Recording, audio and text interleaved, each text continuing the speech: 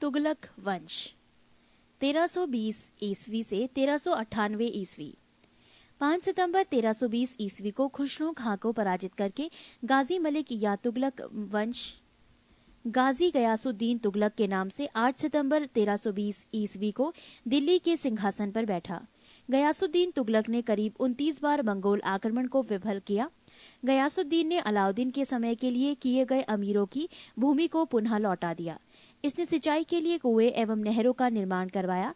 संभवतः नहरों का निर्माण करने वाला गयासुद्दीन प्रथम शासक था। गयासुद्दीन तुगलक ने दिल्ली के समीप स्थित पहाड़ियों पर तुगलकाबाद नाम का एक नया दुर्ग को 56 कोट के नाम से भी जाना जाता है।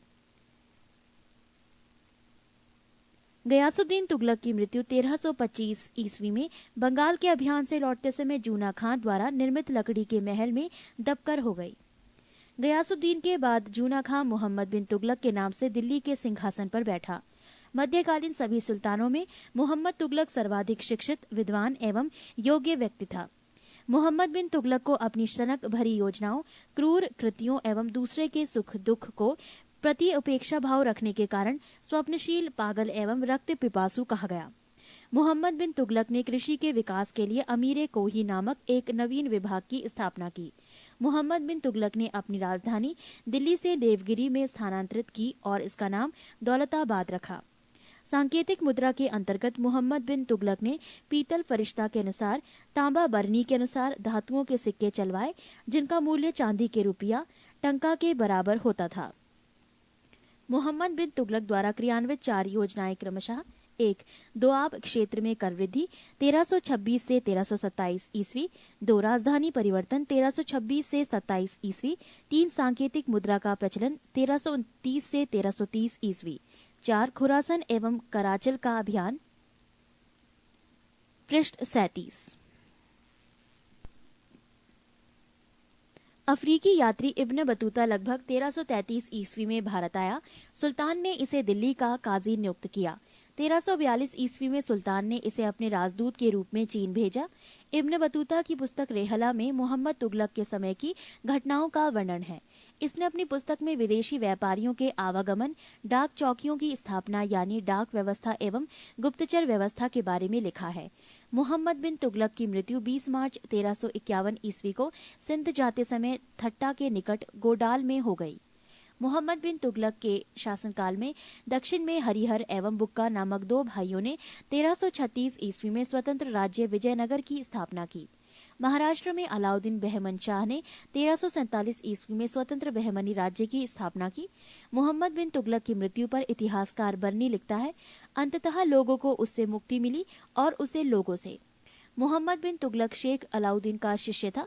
वो सल्तनत का पहला शासक था जो अजमेर में शेख मोइनुद्दीन चिश्ती की दरगाह और बहराइच में सालार मसूद गाजी के मकबरे में गया।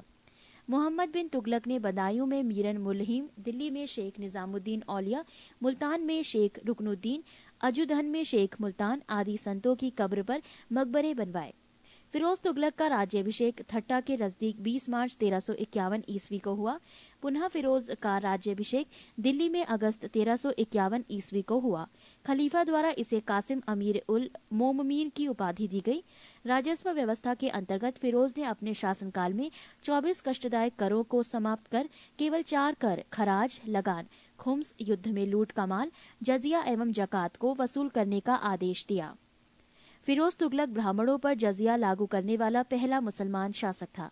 फिरोज तुगलक ने एक नया कर, सिंचाई कर भी लगाया जो उपज का 1/10 भाग था। फिरोज तुगलक ने 5 बड़ी नहरों का निर्माण करवाया। फिरोज तुगलक ने 300 नए नगरों की स्थापना की। इनमें हिसार, फिरोजाबाद, दिल्ली, फतेहाबाद, जौनपुर, फिरोजपुर प्रमुख है।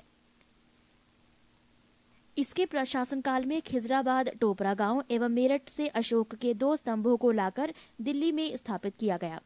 सुल्तान फिरोज तुगलक ने अनाथ मुस्लिम महिलाओं, विधवाओं एवं लड़कियों की सहायता के लिए एक नए विभाग दीवाने खैरात की स्थापना की।